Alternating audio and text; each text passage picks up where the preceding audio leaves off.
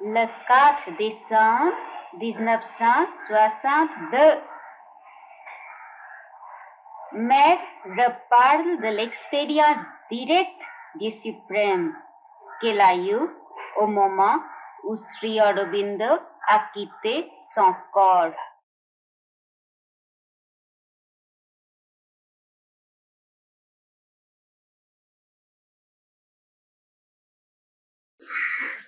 N'est-ce pas?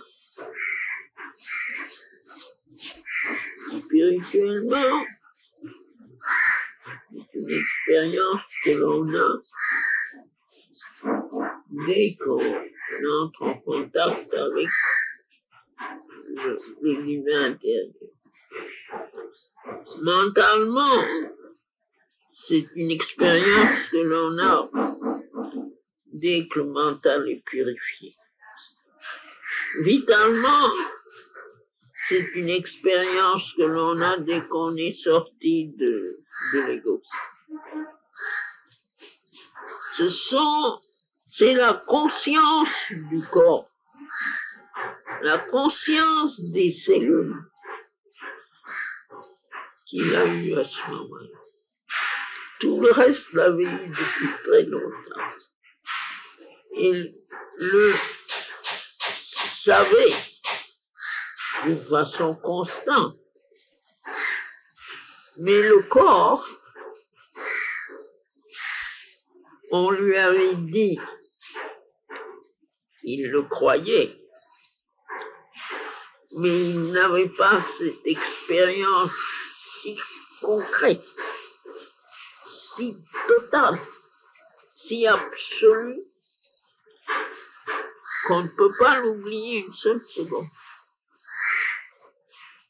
C'est à ce moment-là que l'être physique et le corps individuel, n'est-ce pas, personnel, a eu cette expérience-là et d'une façon définitive.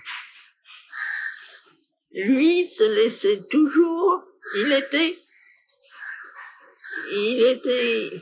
c'était unifié dans la conscience avec la présence de Sri Aurobindo. Il s'appuyait dessus sans l'ombre d'une inquiétude.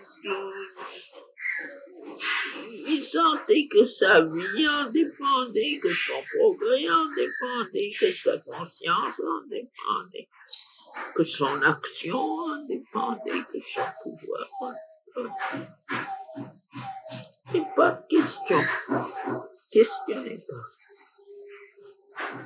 Et alors, n'est-ce pas, c'était pour lui absolument impossible que ça puisse être autrement. L'idée même que Sri Aurobindo pouvait quitter son corps, c'est-à-dire pouvait, n'est-ce pas, que cette façon d'être à l'égard du corps ne pourrait plus exister, c'était absolument impensable. Il a fallu qu'on le mette dans la boîte et qu'on mette la boîte dans le samadhi pour qu'il soit convaincu que ce soit comme ça. Et alors c'est là qu'il a eu. Ce corps est très conscient. Il est né conscient. Et sa conscience a été croissant, se perfectionnant, se multipliant, pour ainsi dire, avec toutes ces années. C'était son souci, sa joie. Et alors là, ce d'une telle certitude paisible qu'il n'y avait plus de problèmes, il n'y avait plus de difficultés, il n'y avait que l'avenir était, n'est-ce pas, s'ouvrait lumineux et paisible et assuré. Rien, il n'y a pas de mot qui puisse décrire l'écroulement que ça a été pour nous. C'était seulement la volonté consciente de Sri Aurobindo qui est entrée en lui, sortie d'un corps et entrée dans l'autre. J'étais debout devant ce corps et je sentais la friction matériellement. C'était sa volonté qui entrait, sa connaissance et sa volonté. C'est toi qui crois mon œuvre. C'est-à-dire, il disait à ce corps, c'est toi qui crois mon œuvre. C'est seulement ça qui m'a gardé vivant. À part ça, je ne crois pas qu'il puisse y avoir aucune destruction physique qui soit semblable à cet écroulement. Ça m'a pris 12 jours pour en sortir. 12 jours pendant lesquels je n'ai pas dit un mot.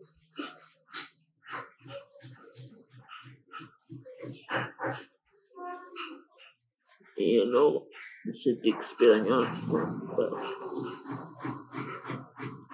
c'est l'expérience physique. Maintenant,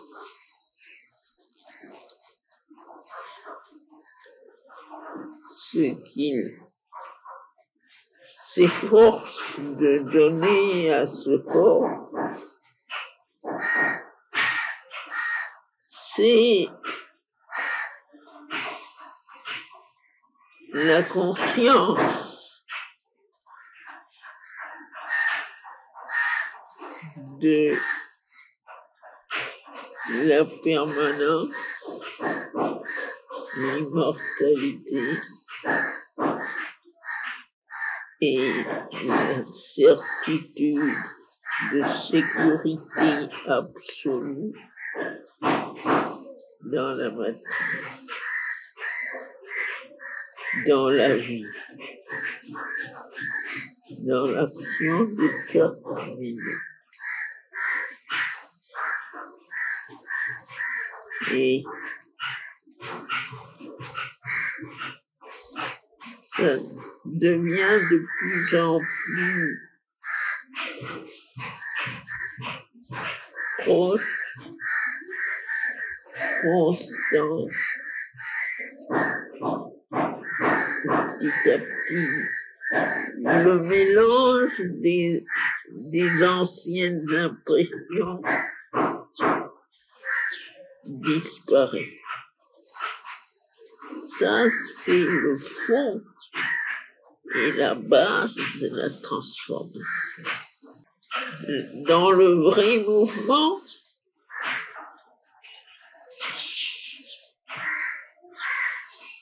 c'est physiquement qu'on sent l'absolu et l'éternité. Comment c'est impossible à dire, mais c'est comme ça. Et quand on sort, quand on retombe ou sort, si peu que ce soit de ça, et qu'on retombe dans le mouvement ordinaire, alors c'est le sentiment d'une incertitude absolue, d'une incertitude de chaque seconde. Il serait impossible pour un être humain ordinaire de vivre avec cette conscience, avec ce sentiment-là. Le sentiment d'une totale, absolue incertitude, d'une impermanence totale, absolue,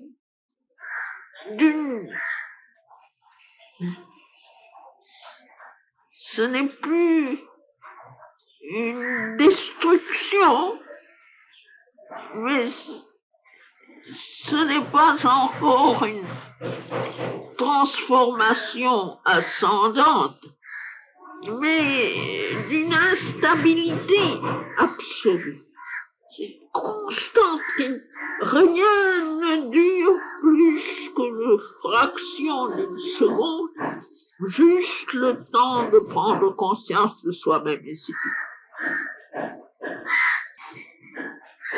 S'il n'y avait pas l'autre qui s'installe de plus en plus,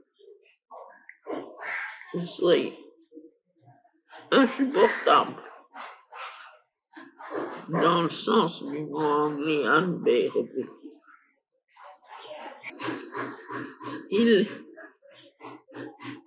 La qualité de ces deux vibrations qui se superposent encore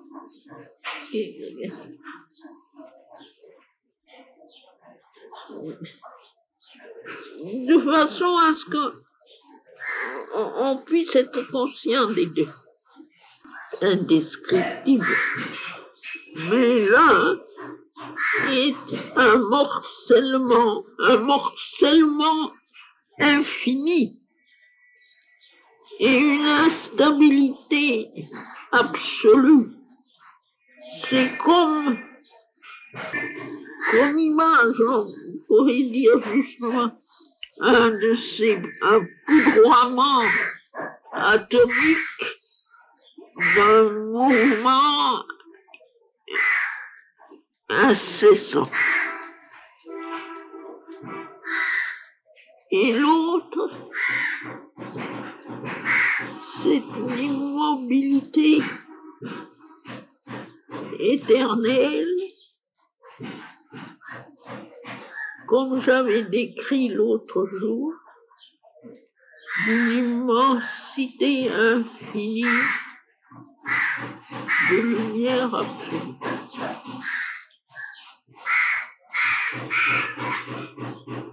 Encore la conscience passe de l'autre. Tout le reste, c'est, on pourrait presque dire, c'est un divertissement. Toutes les autres expériences qui ne sont ni ça ni ça, hein, c'est pour passer le temps. Quelque chose pour remplir. Personne ne sait pas vu. Un cinéma perpétuel. Et c'est avec cette nouvelle perception que je sens d'une façon inexprimable une concentration de la vérité de ce que nous appelons chez Obiddo, qui se rassemble près de sur ce corps. Dedans, il n'y a pas de dedans, de dehors. Et le corps, lui,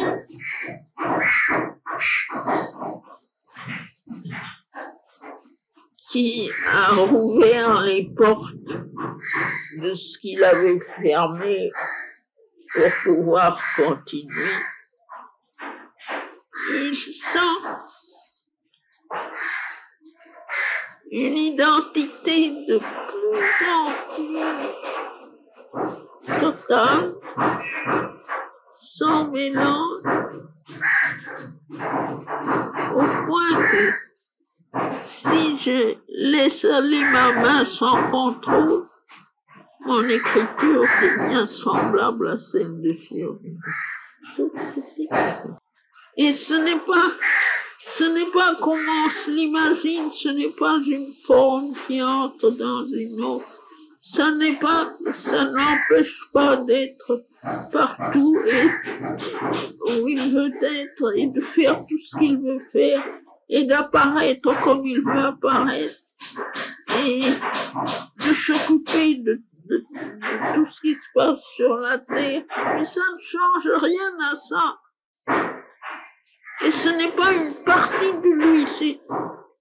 Et alors c'est comme ça que je comprends que il manifestait. Il était une manifestation de l'absolu. Naturellement, il s'était montré après comme ce que j'avais décrit le maître du yoga. C'était pour ça qu'il était venu sur la terre, n'est-ce pas, ce qu'on appelle ici un avatar. Mais ça, c'est encore une manière séparée de voir les choses. Ce n'est pas la chose. La chose. On va voir demain. Voilà, moi. Et au fond, ce qu'on appelle ici mourir, n'est-ce pas? On ne peut conquérir ça que quand ça n'a plus de sens. Et je vois très bien, n'est-ce pas, une courbe d'expérience qui mène vers ça, où ça ne veut plus rien dire. C'est là qu'on pourra dire non maintenant, ça ne veut plus rien dire. C'est seulement là qu'on est sûr. C'est pour ça qu'on ne m'a jamais donné d'assurance. Parce que c'est seulement quand on entre dans cette conscience-là que ça ne veut plus rien dire. Et encore ma foi.